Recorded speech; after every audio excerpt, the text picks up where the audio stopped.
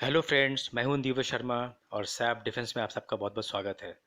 आज हम चर्चा करेंगे इंडियन आर्मी के ऊपर, जिन्होंने स्टडी कंडक्ट करनी है लेजर्स पे, रोबोटिक्स पे और एंड आर्टिफिशियल इंटेलिजेंस पे फॉर फ्यूचर वॉरफेयर, जैसा कि हम इस रिपोर्ट में देख सकते हैं। तो हम शुरुआत करते हैं रोबोट से। तो हम सबको पता है दोस्तों, रोबोट्स आज के समय में एक नेसेसिटी बन चुके हैं। अ, हमारे यहाँ भी तकरीबन 2017 में इसकी शुरुआत हुई थी, जब centre for artificial intelligence care ने इसकी शुरुआत करी थी मल्टी एजेंट रोबोटिक्स फ्रेमवर्क को डेवलप करने का, MARF को। जिसका जो मेन पर्पस होता वो ये कि इन्होंने डिफरेंट काइंड ऑफ रोबोट्स को टीम अप करके डिफरेंट सिचुएशंस पे उन्हें काम पे लगाना होता। जैसा कि पठानकोट अटैक हुआ था, तो उसमें हमें काफ़ी जान माल की क्षति हुई थी। तो अगर ऐसे रोबो उस समय हमारे पास होते तो इनको काफ़ी मिनिमाइज़ किया जा सकता था। यहाँ हम देख सकते हैं DRDO का दक्ष व्हील्ड रोबोट, इसके अलावा स्नेक रोबोट्स हैं, इसके अलावा सेंट्री रोबोट्स हैं। इनको हम डिफरेंट डिफरेंट सिचुएशंस के हिसाब से यूज़ कर सकते हैं। जैसे सेंट्री रोबोट है, तो सेंट्री रोबोट को हम मिलिट्री हेडक्वार्टर्स हैं, ऑटोमिक सेंटर्स हैं जैसे BARC है, यहाँ हम इनको यूज़ कर सकते हैं, ताकि अगर कभी किसी भी तरीके का अटैक हुआ या खासकर टेररिस्ट अटैक हुआ, तो उसमें जान माल की क्षति ना हो, हमारा हमारे जो सेना के जवान होते हैं उनको कोई नुकसान ना हो। क्योंकि हर सेना के जवान की जान की कीमत होती है, तो उसको अगर हम मिनिमाइज़ कर सकें तो हमारे लिए बहुत बड़ी बात होगी।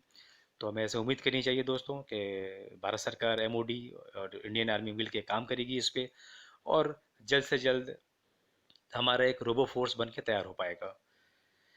जो दूसरा पार्ट है दोस्तों, वो है ड्रोन स्वैम्स का।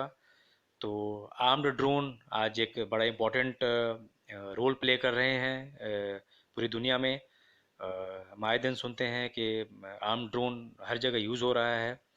हमारे यहाँ भी विंगमैन ड्रोन की शुरुआत हुई है, और ये प्लानिंग ऐसी थी कि इसे अपग्रेडेड जगुआर मैक्स के साथ इसको फ्लाई करवाया जाएगा।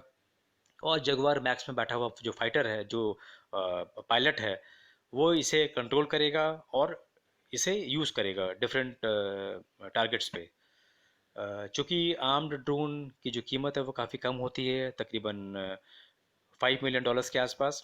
और वही अगर इसे हम कंपेयर करें एक फाइटर जेट से, तो एक फाइटर जेट की कीमत तकरीबन $100 मिलियन की होती है, और वो भी विदाउट वेपन्स।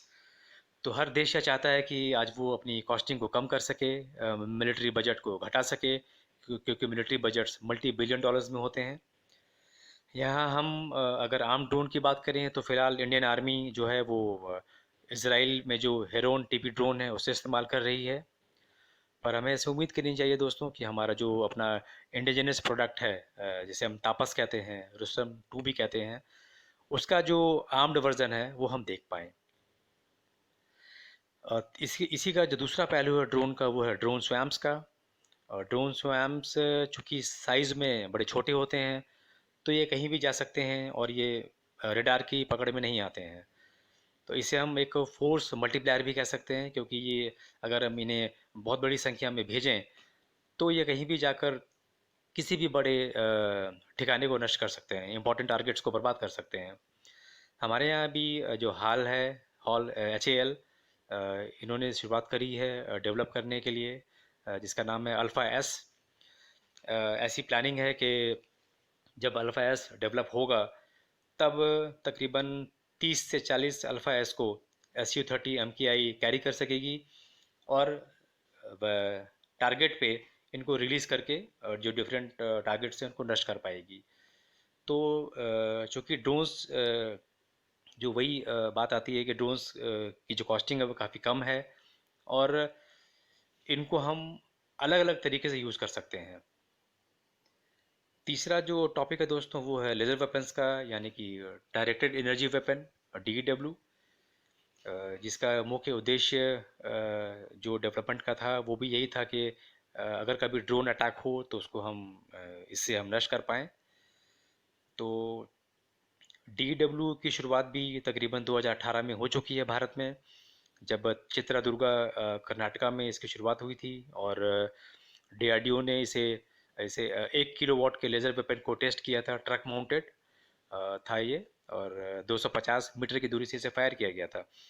तो रिजल्ट काफ़ी अच्छे थे, जिसे देखते हुए डीआरडीओ को कहा गया था कि वो एक अपग्रेडेड वर्जन तैयार करे।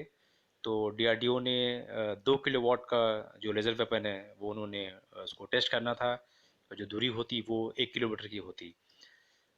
डीआरडीओ के 2 लैब हैं इसमें, चेस और लास्टेक, ये साथ मिलके काम कर रहे हैं इस पे।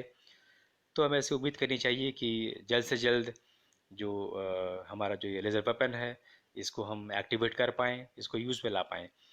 हम देख सकते हैं दोस्तों, यूएस एयरफोर्स भी इनके जो गनशिप हैं AC-130 में जो लगे हुए हैं, उनमें ये इनको यूज़ करने वाले हैं 60 किलोवाट के लेज़र लेज़र को 2022 में। यूएस नेवी इनसे भी आगे है, यूएस एयरफोर्स से। यूएस नेवी के कई वॉरशिप्स में लेज़र वेपन इंस्टॉल हो चुके हैं।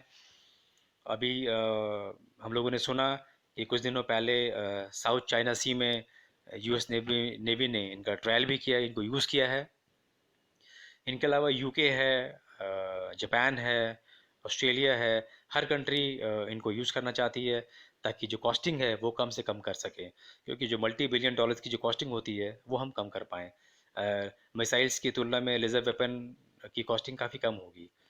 तो दोस्तों, हमें इससे उम्मीद करनी चाहिए कि मेक इन इंडिया के तहत इन तीनों प्रोडक्ट्स को जल्द से जल्द यूज़ किया जाए और भारत पे इनकी एक शुरुआत हो सके।